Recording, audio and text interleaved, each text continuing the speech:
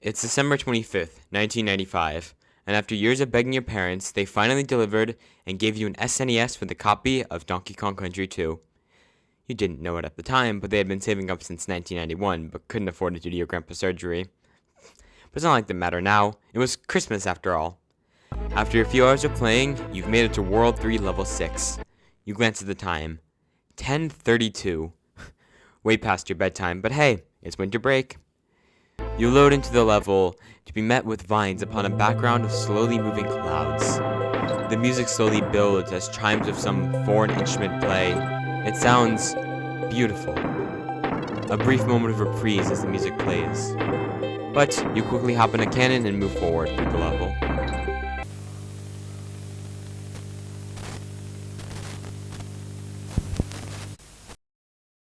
This song is known as Stickerbrush Symphony. It was composed by David Wise, a head composer at Rare, a major third-party video game developer that worked closely with Nintendo in the 90s.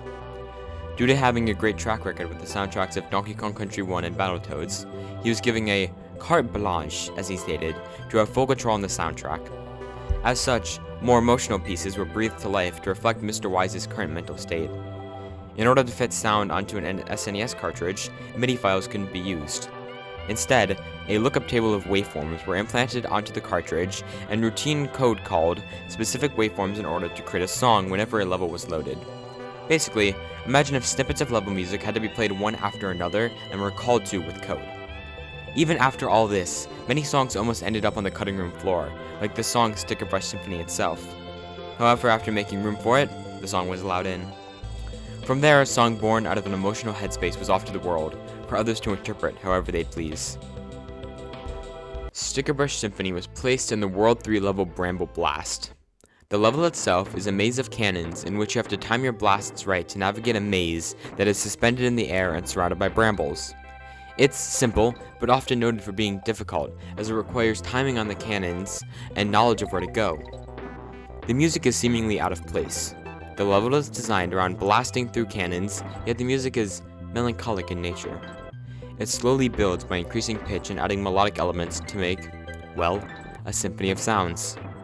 The nature of a level about being lost having such a slow build of a song works in its favor, as the melody builds as you slowly get closer and closer to the solution. In the end, it's a strangely fitting song to the level, but seemingly very out of place. But that's that. The level is over and it's time to move on. In this time, video game music wasn't typically listened to outside of the game. While David Wise could have poured his heart and soul into the song, it would have never been available openly to listen to. However, now the song is available to listen to on a whim, and the comments are strange. People are talking about their struggles and experiences over Donkey Kong music. So, how did it get this way? Well, the internet and YouTube. It's late night on March 20th of 2020. You're 37. Oh, how the time flies by.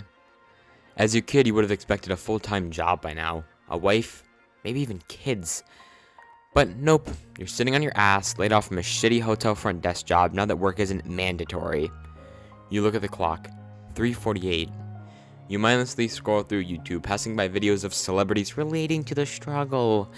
The standard content you'd expect was cut by an unexpected video. Rather than a video in English, it's in Japanese, and the background gives you a feeling of deja vu. Pre-rendered 3D vines appear over a cloudy sky as the familiar sounds of an SNES compressed song enter your ears. You remember a time before the age of filing taxes, going to work, having to function on your own, when the only concern in life was lining up a barrel. You take a moment to catch yourself amongst the vines and take a look at the comments. One stuck out to you immediately. You've reached the internet's checkpoint. Would you like to save? Such an odd comment, you must scroll further. Therein lies a series of silent ringings of thousands of people sharing their checkpoints, their struggles, their accomplishes, their lives, all bound under the tight grasps of vines at the edge of the internet. It's spellbinding. You pull out your account, aptly titled Tired as Hell 98, and type out your own checkpoint. You type and type under the flow of tears steadily being coaxed out of you by a melancholic hum at the edge of your conceivable world. It's cathartic, and a well-needed reprieve from your tired, worn-out life. And the only thing left now to do is rest. The tale of Taia777 will forever be in the memory of millions of internet users. On April 26th of 2012, a channel by the name of Taia777 made their first upload. Its title translates to Spiky Barrel Maze, Super Donkey Kong Country 2. The video itself was a 15-minute loop of Stickerbrush Symphony from Donkey Kong Country 2. The title wasn't lying there. From there, the video sat as a simple Donkey Kong music loop, nothing that wouldn't be out of the normal for a YouTube video. Early comments, though, are unusual. One commenter, known as A29KZK, offered a sentiment about life that the video made them think about. Bramble Blast. There are many forks in life, and each time there are encounters and partings. And there is anxiety that you may get lost, stop, or not get there. I wonder if I'll ever meet that person again, or if I've taken the wrong path. Life is full of anxiety and sadness, but you have to aim for yourself first. I believe that we will meet again where we arrived. This video, complete with the visuals and music, made this user reflect upon their life, wondering if they fired their cannon in the wrong path, with no real way of knowing if they're right. To my knowledge, this is the first instance of someone using this comment section to lament upon life. To stop and think about life due to Donkey Kong music seems ridiculous, so to find out we must go deeper. The reason for these comments only becomes more clear as you take a look 1 year later. User Tonky0225 states, "Just hearing the melody brings back memories of those days as if it were yesterday." It seems that memories are brought back for those who played this game when times were simpler. As one user put it, the game reminded them of when rides to friends' houses felt like they went on for eternity, when in actuality it was just a few minutes. Being reminded of that time jogs back memories and the tears begin to flow. This song developed past a temporary relief for those in the moment, as user Toshimari shared, but for some reason I listened to it in search of psychological stability. It turns out that the song did more than just comfort in the momentary 15 minutes the video lasts for, but for some it stuck with them. It seems even in the first year of this video, many were inspired to be vulnerable on the internet and reflect upon their lives, and the number who'd be willing to do so only grew. What Taia777's video ended up being labeled as was the checkpoint of the internet. The basic idea was that any traveler who stumbled upon the video reached the edge of the internet, a point that conceivably should not appear in anyone's recommendation. It was in Japanese and didn't offer tags. It was an anomaly in all senses of the word. Yet many people clicked. They clicked and found a comment section full of people leaving checkpoints, an analogy for saving the game of life. Taking a moment of pause amidst a busy day to reflect upon their struggles, triumphs, wins, and losses. It was a momentary reprieve to be around a bunch of complete strangers and vent your frustrations in a safe, non-judgmental way. It's a mystery who coined the term, but the origins go back to the beginning of the video's life. The music inspired people to look back and write to deal with their struggles, just as David Wise did when composing it. It was truly a remarkable place. Then Nintendo came along. It was an early morning on April 2nd, 2023. The epitome of a lazy Sunday as you lounge in your bed looking for something to do on this day off from school. School's been kicking your ass lately. People didn't lie when they said junior year was hard.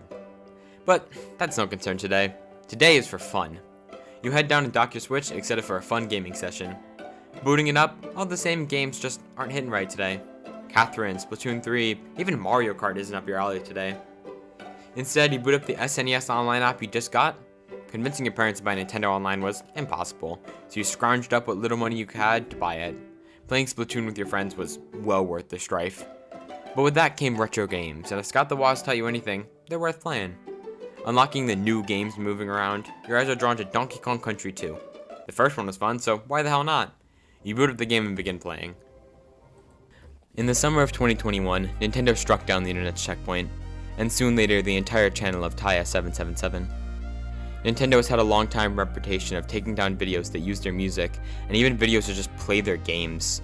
It's a horrible reputation to have, and it has resulted in many content creators to lose their livelihood, and for songs to be harder to listen to for no good reason. And that's laid out. The tale of the internet checkpoint is forever closed, and the sanctuary of the internet is lost. But it was undoubtedly nice while it lasted. The tale of Taia777 is an important footnote in the history of the internet. A group of individuals came together under a goal to spread positivity and support. We helped those in need and vented our frustrations in a healthy way. It's remarkable how a group of strangers taking a little kindness out of their day can make everyone feel a little bit less lost in the maze of life, navigating the spiky thorns that are thrown at us. The internet is often seen as a landscape of negativity and vile filth, and well, they aren't far off. Taia777 proves that the internet can be used for good. When communication spreads to the end of the earth, those sitting at the edge will try to help other wandering souls, transcending language to help with the struggles of human experience. And when it's all said and done, we can look back and realize we've made the world a better place, even if the fruits of our labor have been picked. Except, it's not over. Not only has most of the comments been preserved on most Taia777 videos, but there's websites dedicated to archiving what the experience looked like. There's re-uploads of Taia777 videos with millions of views on their own right, carrying on the legacy of creating a space where talking about your problems is okay. This story is kept alive through videos and memories we get while watching the videos, listening to the songs, things that cannot be stricken out of our minds. While some of the magic may be gone, the preservation and continuation of the story is undoubtedly an example of human perseverance. Despite all odds, the same strangers who worked together to create what made Taia777 magical created a new utopia to continue the trend. Despite all odds, humans worked together to persevere through this time. And to me, that's the best kind of example of human nature. Unkillable despite the situation.